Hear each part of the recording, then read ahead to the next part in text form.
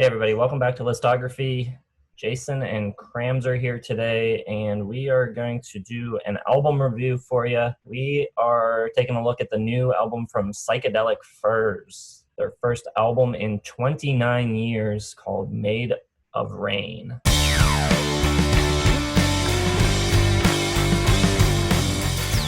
So, first thoughts, it's got to be one of the more surprising releases of recent memory. Shocking. It's so good. I don't know all of their catalog all the way through. I know Talk pretty well, and then the one after that, this is probably as good as both of them, to be honest.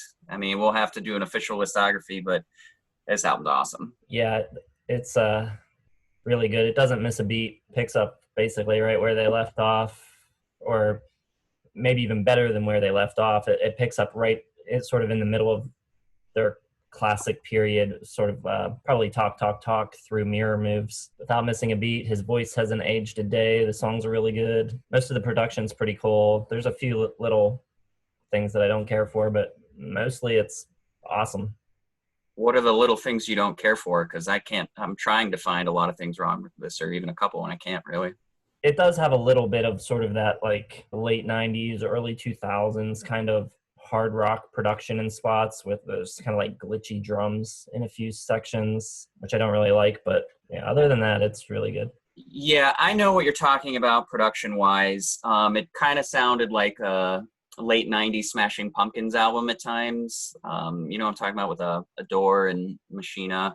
Yeah. So I know what you're talking about, but I thought it worked awesome. This album has just like fully packed with a wide variety of noise. It's got a bit of like a classic kind of like new age gothic hazy feel. But the thing that just comes in like a light through the fog is the sax in a lot of the songs. And it's just so awesome and surprising. And there's kind of a ferocity and intensity to it. Like they're trying to prove themselves, and it works. It's right off the bat with kind of that brash statement opener with the boy that invented rock and roll. And I just think you're right. And the songs have this really cool conjunction with one another, where almost even with the chord progressions in a couple of songs, where it ends and where it starts, it kind of just picks up right where it leaves off. Like going in from like Wrong Train into, I think it's This Will Never Be Like Love. Yeah, those two songs almost are just like part one and part two, and they do that a little bit throughout the album, where it just works so well as a full list, and almost like it's almost just a part of one big giant overture or something. It's got a really cool connectivity to it. And you're right, his vocals don't miss a beat. I mean, everything's tailored perfectly to make sure he sounds good, and he's always had that cool like Robert Smith meets David Bowie kind of sound to him, to me, and it works just so well. Yeah, and I'm glad you mentioned the sax.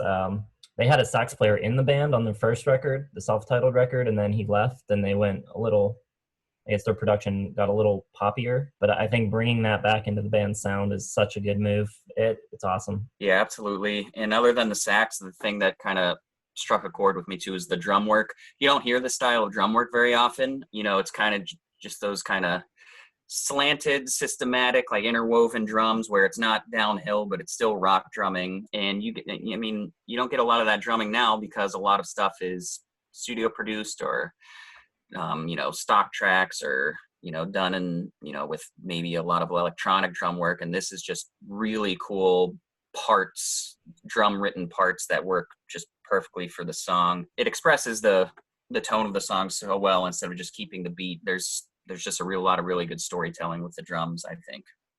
I agree. That's another note that I had also, that the drumming on this record is really good. Yeah, Paul Garisto, he's been in the band for a while. Really good.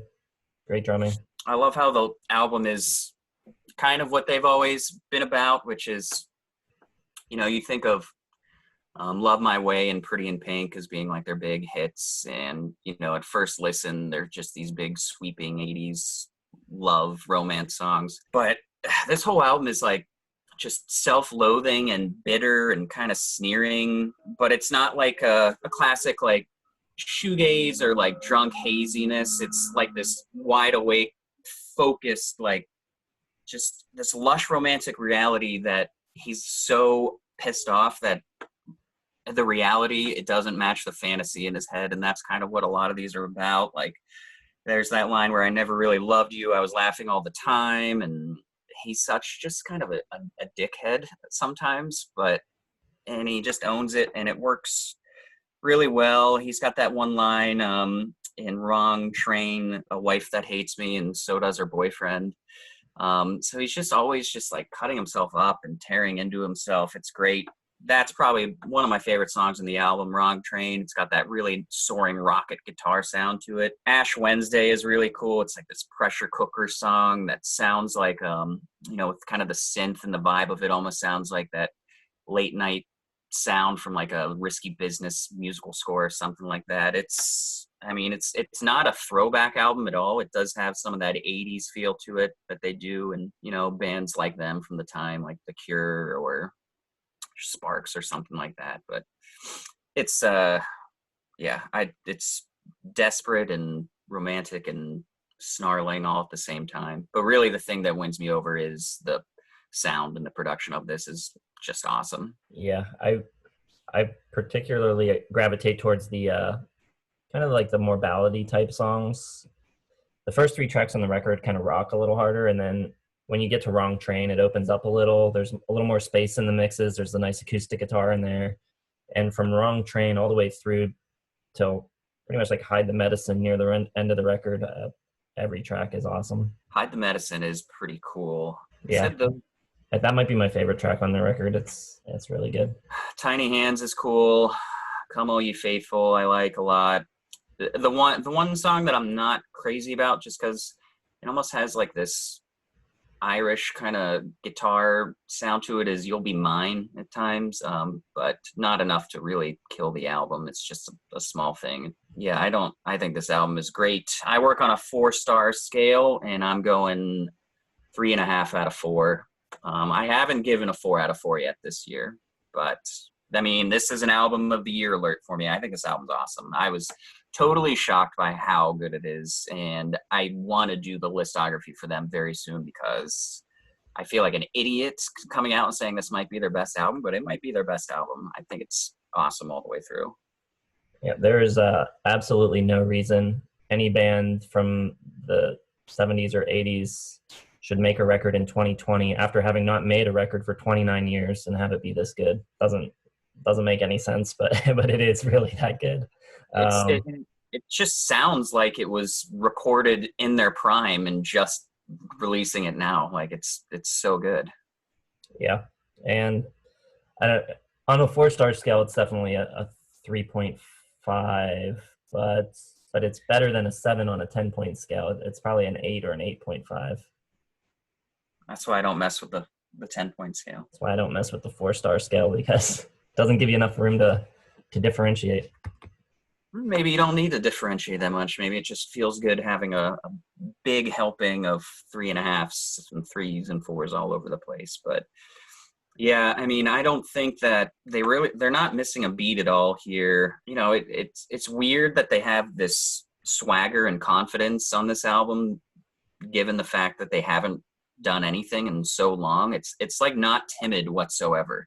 It's so weird. It's like they were just frozen in time and boom, back to doing everything right. I mean, it's just, I don't know what else to say. It totally was shocking. And you kind of led me into this. You were like, hey, have you checked out the new Psychedelic Furs yet? I was like, no. You were like, that's really cool. And like, I was like, oh, okay, yeah, looking forward to it. And it just like blew me away. I think it's fantastic. I mean, I don't see anything wrong with it. It's bizarre. Yeah, it's not trying to sound like an 80s record at all, and it's not trying to be modern. It's just super confident. It's just them like doing what they do, and it's great. Yeah, and it's, like I said, the best thing about it is it's just packed with noise and atmosphere, but the atmosphere is still really melodic and musical, and it's fantastic. Yeah, I agree. Highly recommend it, especially if you like their old stuff. You're definitely going to love this, without a doubt. So yeah, let us know if you've heard this record, what you think of it in the comments.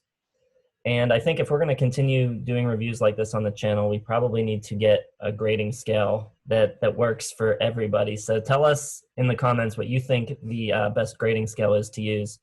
Should we use 4-star, 5-star, 10-point, letter grades? And yeah, we'll see you in the next video. We're going to be doing another one of these this week, so look for that coming out in the next day or two. Don't forget to like the video, subscribe to the channel, hit the bell for notifications. We'll see you in the next one.